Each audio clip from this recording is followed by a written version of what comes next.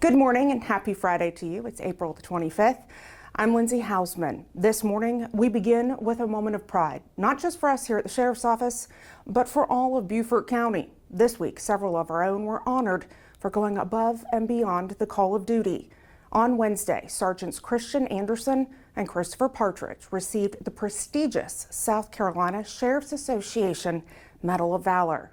Their bravery was on full display during a high-risk incident back in November of 2023. Faced with a violent and unpredictable suspect, they acted swiftly and decisively, protecting lives, including their own, with strength and professionalism. And the recognition doesn't stop there. This week, Emergency Services Dispatcher Andrea Merritt was named the 2024 Emergency Services Dispatcher of the Year by the Sea Island Rotary Club. Andrea works hard behind the scenes in our communications center, and anyone who knows her knows that she's the kind of person who always goes the extra mile. Huge congratulations to all three of you, and honestly to everyone here at the Sheriff's Office who shows up every day ready to serve. It's an honor to work beside such dedicated people. Rip currents are the leading weather-related killer along the Carolina coastline, and many swimmers don't see the danger until it's too late. Starting Sunday, National Weather Service offices up and down the coast are launching Rip Current Awareness Week. It's a week-long effort to educate beachgoers about the dangers of rip currents and how to stay safe when you're near the water. Here's Dr. Greg Dusick, senior scientist with the National Ocean Service. He's got more on rip currents, how to protect yourself, and how to save others.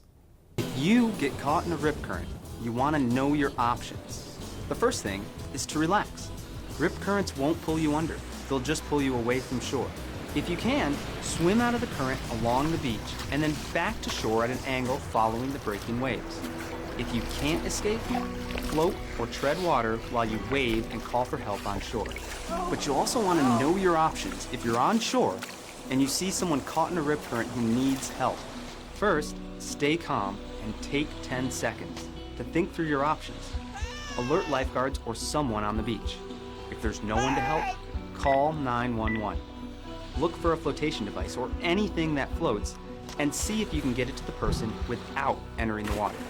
If you must enter the water, remember to always take a flotation device. All too often, someone attempting to make the rescue without the proper training and equipment is the one who drowns.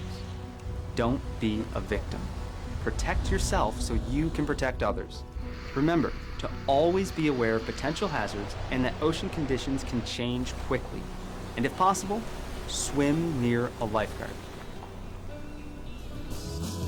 If you make sure to know your options before you head to the beach, you'll be prepared for hazardous rip currents, so you and your loved ones stay safe. To learn more about rip currents and to view any potential issued warnings, visit weather.gov. April 29th marks National Fentanyl Awareness Day, a growing movement now in its fourth year, uniting corporations, schools, families, and communities across the nation to protect young lives from the dangers of fentanyl-laced counterfeit pills. While overdose deaths are declining from record highs, a dangerous knowledge gap remains. Nearly half of teens still don't know that fake prescription pills often contain deadly fentanyl. These counterfeits, perfect replicas of oxycodone, Percocet, or Xanax, are sold online, on campuses, and on the streets. Just 2 milligrams of fentanyl, about a few grains of sand, you can see that amount there on the tip of the pencil, can be fatal. Every year, more than 4,000 young Americans lose their lives to this hidden danger. In recognition of Fentanyl Awareness Day, Nexus Care of Beaufort County is offering free resources to the public. This Tuesday, stop by their Beaufort or Bluffton offices between 9 and 4 for free naloxone, harm reduction supplies, and at-home drug disposal kits. For more information, call Nexus Care at 255-6000. Keep in mind, there's also a life-saving resource available for free at the Beaufort County Detention Center. There, a vending machine is in the lobby, and it offers free Narcan nasal spray. The DEA's National Prescription Drug Take-Back Day is this Saturday. It's your chance to safely dispose of unused or expired medications. The event is designed to prevent drug misuse and keep dangerous substances out of the wrong hands. From 10 to noon, collection sites, one in Beaufort and then the other in Bluffton, will be accepting unwanted prescriptions, over-the-counter medications, and even pet medications. No questions asked, just drop them off for safe disposal. A 25-year-old Burton man has been sentenced to 20 years in prison after pleading to voluntary manslaughter in the 2022 shooting death of his stepfather. Daniel Adame Guatemala entered an offered plea on Wednesday. The plea, which carries the same weight as a guilty plea, allows him to maintain his innocence while admitting the prosecution's case would likely result in a guilty verdict. He also pleaded to possession of a weapon during the commission of a violent crime. In February 2022, Adame Guatemala shot and killed his 29-year-old stepfather, Christian Hernandez. He then fled to Mexico and was later captured in Texas in June of 2023. 28-year-old Jairus Halsey is in custody after being wanted on charges tied to a violent incident on Hilton Head.